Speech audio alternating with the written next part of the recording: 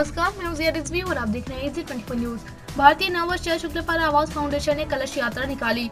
भारतीय नववर्ष चैत्र शुक्ल प्रतिपदा विक्रमी संवत 2076 6 अप्रैल 2019 की पूर्व संध्या पर समाज सेवी आवास फाउंडेशन, इस्कॉन मंदिर व विश्व गायत्री परिवार तथा यक्ष शिक्षा पुनर्वास एवं समाज सेवा समिति द्वारा वेड़ी माधव मंदिर द्रौपदी घाट से कलश यात्रा चलकर उत्तर प्रदेश मध्य क्षेत्र सांस्कृतिक केंद्र भव्य सांस्कृतिक कार्यक्रम किया और मुख्य अतिथि आदि शंकराचार्य श्री श्री वासुदेव नंदन सरस्वती जी सरदार पतविंदर सिंह ने अपने चारों धर्मों के युवा सहयोगियों के साथ प्रयागराज के सिविल लाइन क्षेत्र में आपस में एक दूसरे के माथे पर चंदन लगाया, हाथों में रक्षा सूत्र बांधकर दीर्घायु की कामना की। भारत सशक्त बने, सभी समुदाय के लोग आपस में प्रेम करुणा स्नेह से रहे, हार्दिक एवं शुभकामनाएं दी। हो गया, जहाज से आने लगा, 5 सितारा होटलों में रहने लगा, 5 लाख ले जाने लगा।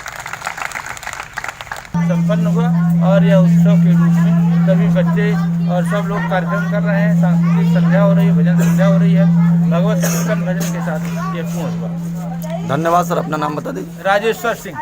राजेश्वर सिंह सर, कुछ यहाँ दायित्व आपका है?